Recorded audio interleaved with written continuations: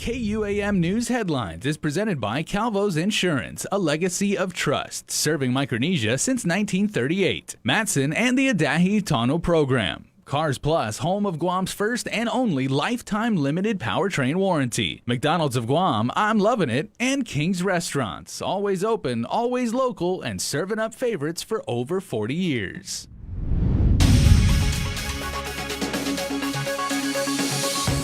Coming up on Prime Time, the number of fatalities nears triple digits as our island community marks its 91st COVID-related casualty this morning.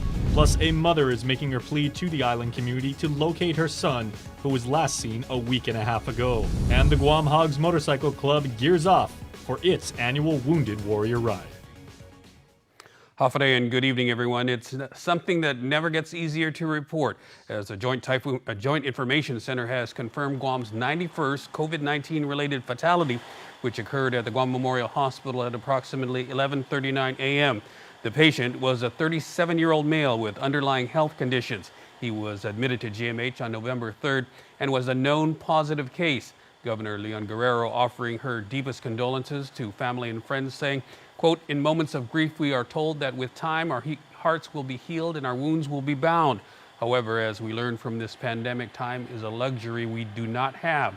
Instead, let us go forth with a commitment to do good by others and for each other." And according to the latest JIC report released around 2 o'clock this morning, out of 958 samples taken between last Friday and Sunday, 240 returned positive for COVID-19. Of the 396 cases, 135 were identified through contact tracing, and clusters in congregating living settings were identified. 7 cases reported recent travel from the U.S. mainland and were identified in quarantine. Guam's current COVID case count is 5,473 infections since March. 1,729 people are actively fighting coronavirus, while more than 3,600 have recovered. And a total of 75 COVID patients are hospitalized. 70 of them are at GMH, where 15 are receiving ICU level of care, and 11 are on ventilators. There is 1 COVID patient at GRMC and 4 at the Naval Hospital. 3 are in ICU and 2 are on ventilators. And 6 more GDOE employees have tested positive for COVID, 1 each at Weddingale Elementary School and Jose Rios Middle School, and 2 cases each at Finagadzan Elementary and Agueda Johnston Middle School. 3 of the cases were identified through contact tracing. And there are new phone numbers for the GovGuam Isolation Facility. COVID patients in need of urgent isolation can now call Public Health directly for transport to the isolation facility. From 8 a.m. to 8 p.m., call 311 option 1, and from 8 p.m. to 8 a.m., call 998-4512. Reverend Tax will start processing more Adzuda Imangafo or Help for Families Assistance applications this week. Director Daphne Shimizu says so far they've had about 1,100 applications for assistance, and some 700, or more than 65%, were submitted online. So, I really highly suggest that for those individuals who have not yet filed, the deadline is November 12th. That's just 2 days from now. There is no extension on that deadline. That deadline is set by the law. So if you qualify, meaning that you have a dependent child who is ages 17 to 23 and in college, or if you have a disabled dependent of any age, then, those are the basic qualifying criteria. She says the first of the Adzuda Imangafa assistance of $170,000 was paid out 2 weeks ago. Another $9.9 million will hit bank accounts and mailboxes late this week or early next week. The Guam Department of Labor ran its most recent pandemic unemployment assistance batch for cleared claims through September 10th. $7.9 million will be in direct deposits, $1.2 million in paper checks, and $802,000 will go toward federal withholding taxes. GDOL will continue to draw down funds from the federal government as claims are scrubbed and cleared. For more information, call 311 option 6. The Guam Build-Up Office has been replaced by the new Community Defense Liaison Office. An executive order by the governor expands its role to meet the evolving Defense Department focus in the Indo-Pacific. Here's more.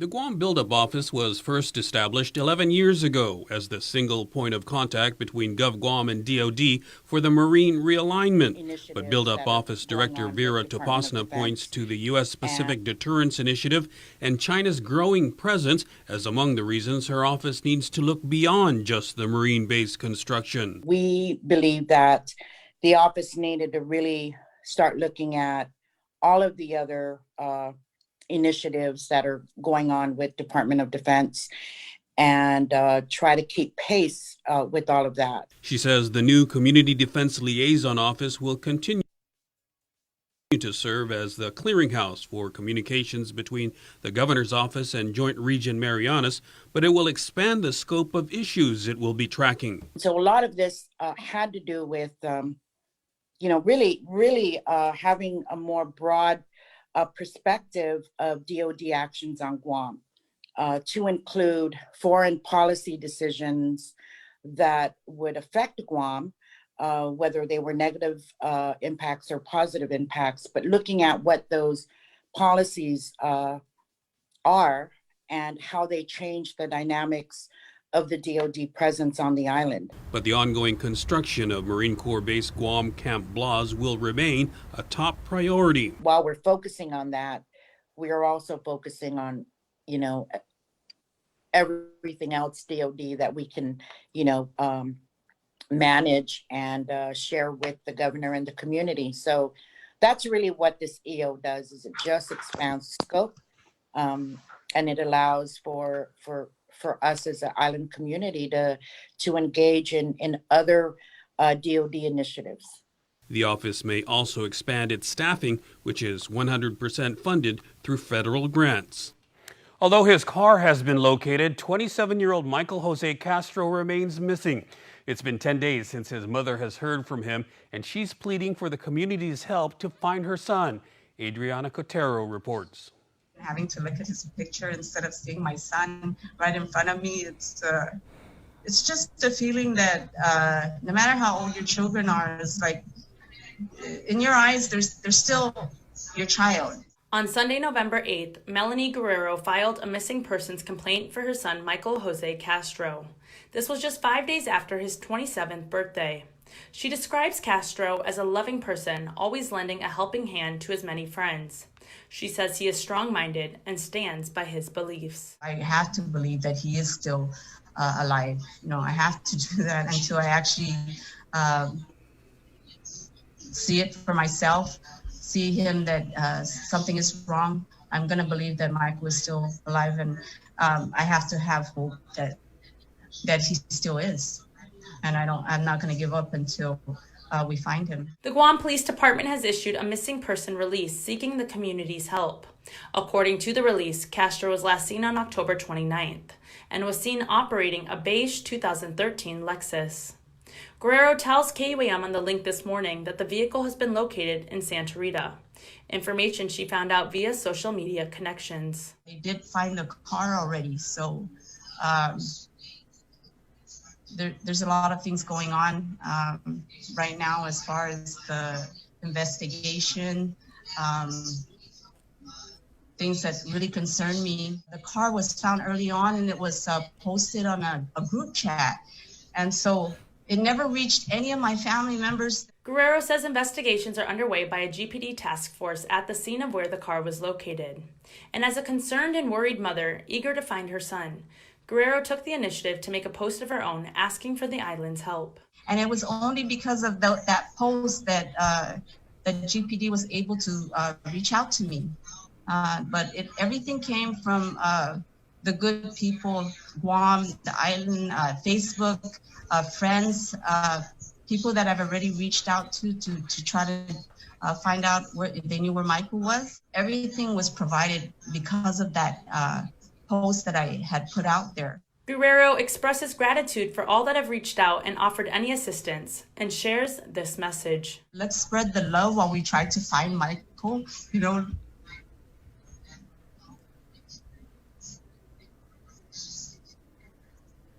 I just want that to be the message. We have to find Michael, and that's the message that I want out there. Please let's just find him. If you have any information regarding the whereabouts of Michael Jose Castro, contact Guam Crime Stoppers at 472-8911 or contact GPD Dispatch at 475-8615-7.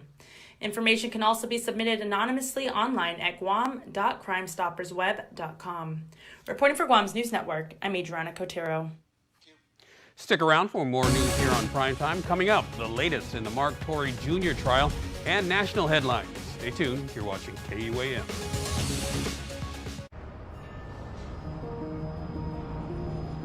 It makes myself and it makes my team members very proud to work for an organization that has been on island for many years with its focus on reliability, dependability, and commitment to the communities that they operate in. Matson's a great corporate citizen to the community.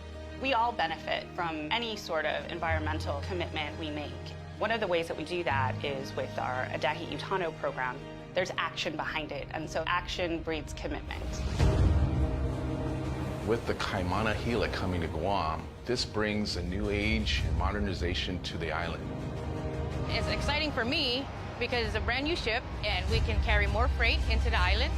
It just shows growth for Guam and Micronesia.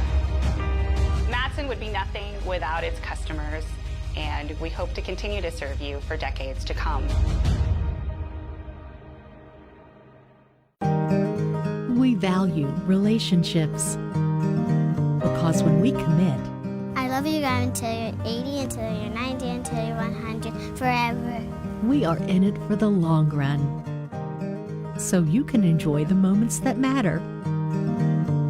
Because when we commit to relationships, we never stop caring. Calvo's Select Care, health care that is always there for you. Federal employees and annuitants enroll today. Home, a place where I can go to take this off my shoulders. Someone take me home. Home. It's more than wood, square footage, and a floor plan. It's where life happens, and moments become etched into memories. Right now, save $500 to $5,000 or more on closing costs at Bank of Hawaii. Applying takes just a few moments, but the memories last a lifetime. Simplify by Bank of Hawaii. Welcome to tomorrow. We have just one voice representing us in Congress, one person to advocate for all of our needs and tell Guam's story to the nation. That's why I'm running to be Guam's next delegate to Congress, to serve as the kind of representative you deserve. But what does a vote for me guarantee? It's a vote for someone who can tell the Guam story, our sacrifices, our struggles, and our triumphs, and why we matter to America. It's a vote for competency in securing more resources from the federal government, not as a handout, but because we are vital to the country. It's a vote for trustworthiness. Integrity and trust are not optional when representing you. They are required. I thank you for allowing me to serve Guam before, and I humbly ask you for your vote again. I'm Robert Underwood, and I approve this message. KUAM News, winner of the 2020 Regional Edward R. Murrow Award for Excellence in Social Media. Welcome back. The government has rested its case in Mark Torrey Jr.'s retrial. The former police officer Torrey faces negligent homicide and aggravated assault charges for the 2015 deadly shooting of fellow officer Albert Piolo. One of the first witnesses subpoenaed by defense counsel Jay Arreola today was Abigail Regis, the woman Piolo allegedly had an ongoing affair with at the time.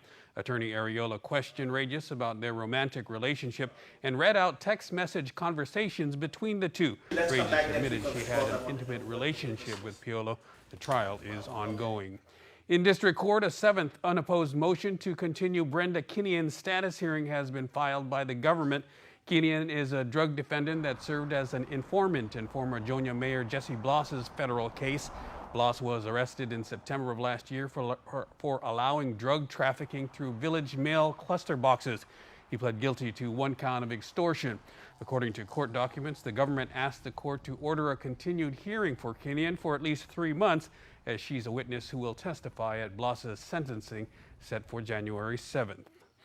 And tonight, Mark Esper has an ominous warning after President Trump fired him as defense secretary. Esper told the Military Times his replacement would be the president's, quote, yes man, and if that happens, he says, quote, God help us. This as the president spent the day out of public view and fighting to stay in office. Here's CBS's Ben Tracy. At the White House tonight, President Trump defiant, tweeting that he fired Secretary of Defense Mark Esper, saying tersely, Mark Esper has been terminated. During civil unrest this summer, Esper publicly disagreed with the president, who wanted to deploy active duty troops to U.S. cities. I do not support invoking the Insurrection Act. The president named Christopher Miller, the current director of the National Counterterrorism Center, acting Secretary of Defense. He arrived this afternoon, the fourth person to run the Pentagon in the past 4 years. Also tonight, President Trump making more unfounded allegations about election fraud. He plans to exhaust all legal options before even considering conceding. That word's not even in our vocabulary right now. The campaign has not offered any credible proof of fraud. Election-related lawsuits in Michigan, Georgia, and Nevada have already been dismissed for lacking evidence. But the president's team is still promising more legal action.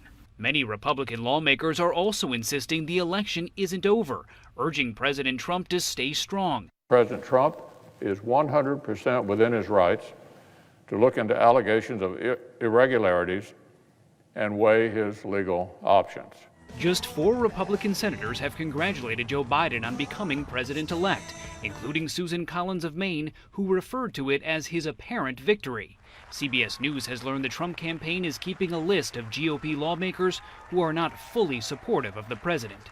And now another COVID outbreak at the White House. Chief of Staff Mark Meadows and at least 4 other staffers are infected, along with HUD Secretary Ben Carson and Trump campaign advisor David Bossie. All 3 were at the election night event inside the White House, where almost no one wore a mask. Sources tell CBS News that despite all the bluster about challenging the election results, that President Trump would eventually concede once he exhausts all of his legal options if the numbers just don't add up. But that could still take several more weeks. Ben Tracy, CBS News, the White House. Increasing fees and mandating licenses and pet identifier microchips are all part of new legislation to tackle Guam's long-standing stray animal problem. The bill by Senator Clint Rigel calls for a number of changes to current law, including increasing annual pet license fees from $5 to $20 to help support what Agriculture Director Chelsea Muñoz says is a severely overworked and understaffed division. Registering and licensing is the very basic for animal control. Then we can move towards leash laws. But years of funding shortfalls have made enforcement of these very basic regulations far-fetched. How do you regulate pet registration if you cannot even provide the very basic pet tags? This registration fee increase would enable animal control to start at the very beginning and provide tools to enforce. Guam Animals in Need President Cyrus Lure said they support much of what's in the bill, including a department-sanctioned sterilization program that allows for the catch and release of stray animals. Studies have consistently shown that when you try to kill your way out of a problem, you see an increase in the stray animal population. The only way that you can actually demonstrably solve a stray animal problem is through widespread, consistent spaying and neutering. And so this legislation, we view this as a tool towards that. The overall intent of the bill is to finally control the stray animal population to prevent the spread of disease and the threat to public safety, especially to children. In other legislative news, senators also discussed a bill by Senator Kelly Marsh Taitano to create a Guam Interregional Commerce Commission to promote trade and boost the Guam and Micronesian economies. Matthew Cruz of the Bank of Guam said in his experience dealing with financial issues in the region, the bill is both timely and needed. I must recognize that each island nation has currently their policies to seek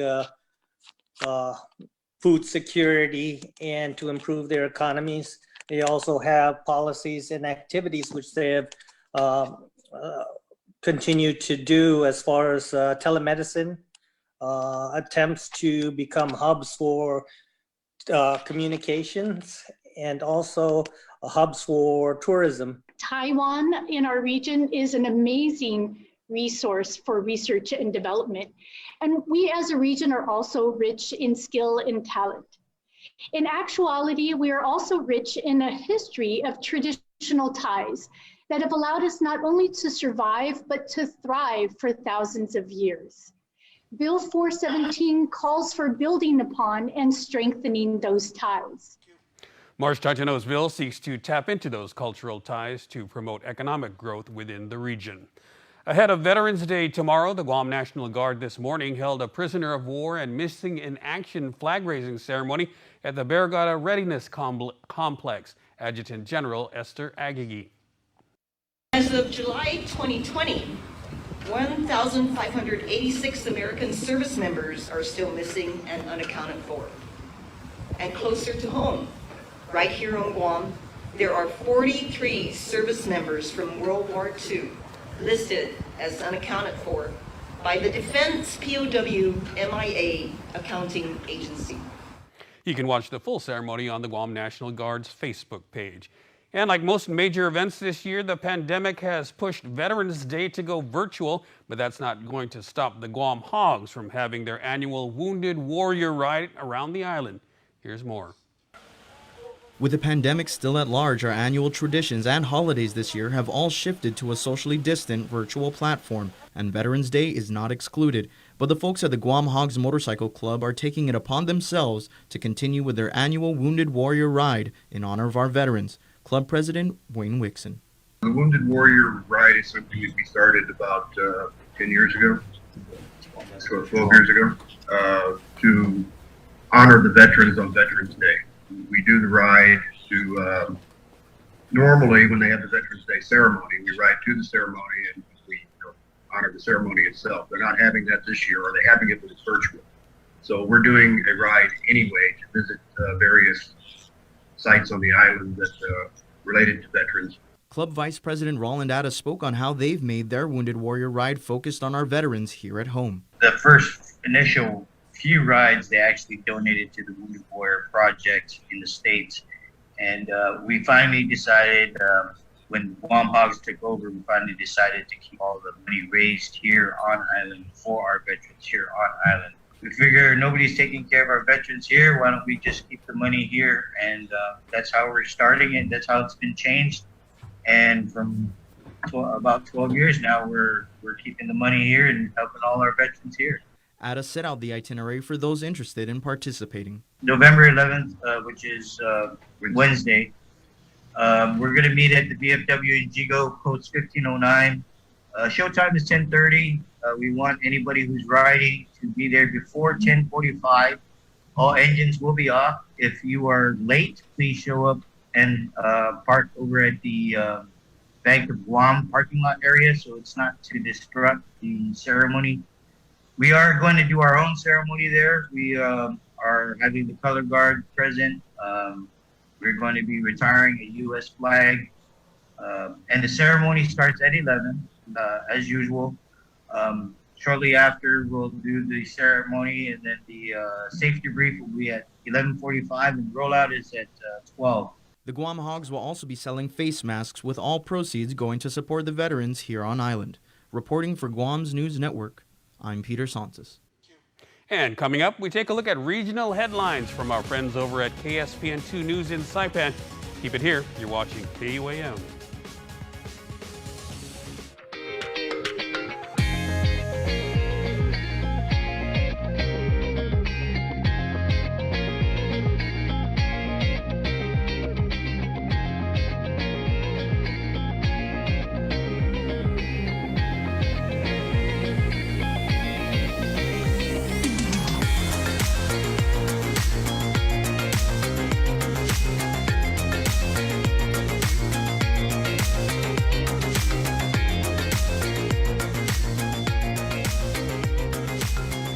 Your community calendar is brought to you by Taco Bell. Whether it's your first meal or your fourth meal, we've got you covered. Taco Bell, live Mas. I'm Michael F. Cusa-Nicholas, and I approve this message. Our public service has always been about building a future for Guam and for our children. This election, let's come out and vote for them.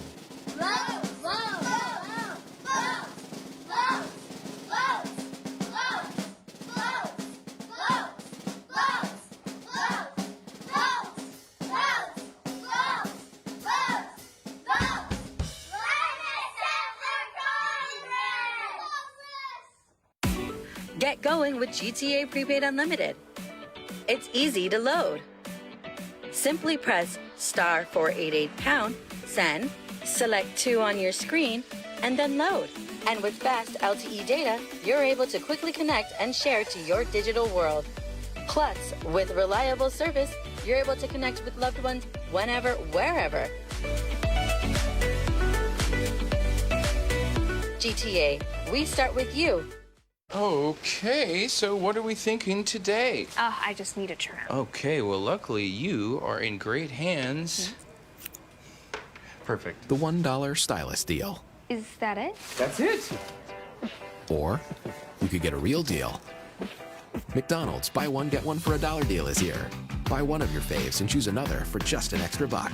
Choose from the Big Mac, filet of fish, quarter pounder with cheese, and 10-piece chicken McNuggets, but only for a limited time.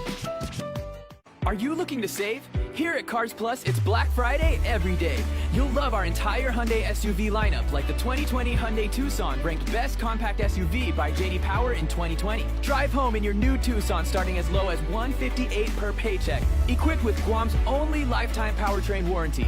That's right, there's only one place to shop for your SUV this November. It's here at Cars Plus. Call us at 477-7807 to schedule your appointment today. Terms and conditions apply. See dealer for details. Welcome back. We head over to the CNMI, where 2 additional individuals have been confirmed positive for COVID-19. This brings the CNMI's total to 100 cases since March 28. The individuals were identified by travel screening and confirmed diagnosis through testing upon arrival. The individuals have been safely in quarantine and were moved to the designated isolation area for close monitoring. The CHCC has already initiated contact tracing for the most immediate contacts of the new confirmed cases, including passengers on the same flight. And with regional headlines, here's KSPNT News. Hafa Guam, here are the headlines for CNMI. The CNMI Division of Customs has successfully intercepted over 300 grams of crystal methamphetamine, or what is commonly known as ice. Customs Director Jose Mofnes says the new hot spot is the post office in Chalancanoa. For the last 4 to 5 weeks, we've been intercepting the illicid drugs at the post office, but we did not move in immediately. We want to make sure that we give time to ensure that we make an arrest and not just confiscate the drugs. The street value of the seized ice totals up to $180,000. Along with the ice, customs officers was also able to seize other drugs such as LSD and cocaine. And a lot of this that we intercepted really is going to the mailbox, not just the package. So whenever the officers examine the mailboxes, not opening, but just examining it, and feels or have any suspicion on the mail is placed on hold. And again, with the cooperation of the post office, that mail is not going to be put in the box, only the yellow card. And so when the owner of that mail comes to pick it up, that's when we do the full inspection. And then if we discover any illicit contraband, then that's when we make an arrest. Finance Secretary David Atelig says because of the limited travel and cargo coming in, they are seeing more activity at the mail services. We've seen the activity in the last several months, obviously due to COVID, them trying to mail it in at multiple addresses and as well as multiple different individuals. Some as a test to see if it gets through, and until the bigger amounts start coming in. So we're mindful even at the small amounts. We're keeping an eye on that. Imported drugs in the CNMI used to mainly come in from China, but Director Mofnes says the drugs are now coming in from the United States. Right now, China mail is very slow, even cargoes coming in. Well, we still have containers coming in from cargo, but high-risk containers from China's high-risk. So we put in a lot of people, our resources, in doing inspections on all of this. So, and I think now with all this, it's more I think it's cheaper now. Other items confiscated by CNMI custom officers are counterfeit items such as branded handbags, clothes, and accessories. It does help keep the value of these items for our high-end markets, tourists that come in here, which plays a big role because we also collect luxury tax. Not only that, but the BGR on those value and not at the lower value. And so we try to keep it true to the value so that we can collect the proper taxes for our government based on the different tax rates for these excise taxes for the different items that come in. Director Mofnes says the multiple suspects involved has been arrested and detained. Reporting for KSPN News, I'm Sally Limis. For more news, visit saipantv.com. For KSPN2 News, I'm Ashley McDowell.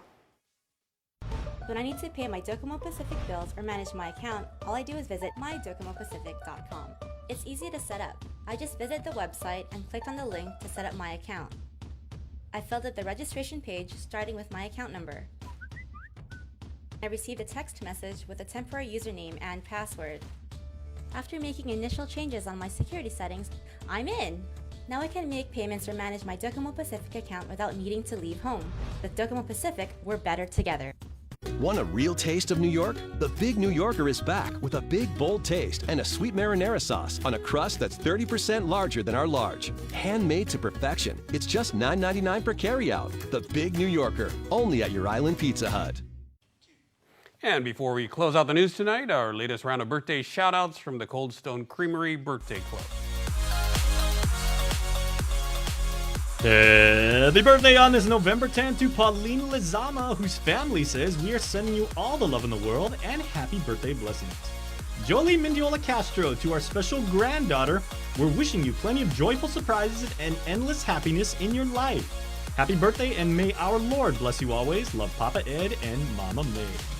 Thor Odinson Roberto Lujan, happy birthday to Thor, who turns 5 today. Happy birthday to our Dog of Thunder from your Fa Thor, Ma Thor, and Sis Thor. Oh, that is super awesome. Happy birthday, Thor. And Anisha Haani Neblik Kibi, happy birthday to you, who celebrates birthday number 25 in Korea with your family. We love you very much, and we wish you all the best and miss you on Guam. God bless you from your Guerrero Deso Familia, Liba, and Nedlick families too. And happy belated birthday wishes to Henry Joseph Taitano, who celebrates birthday number 10. Henry was born on November the 9th. Have a fantastic day. We love you. And you too can be a part of the Cold Stone Creamery Birthday Club by registering online on KUAM.com. That's our report for tonight. Thanks for watching, everyone. Be safe.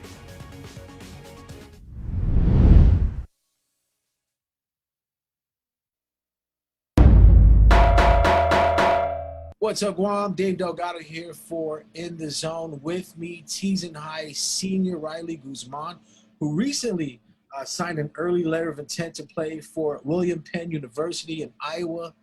Tell us about the decision.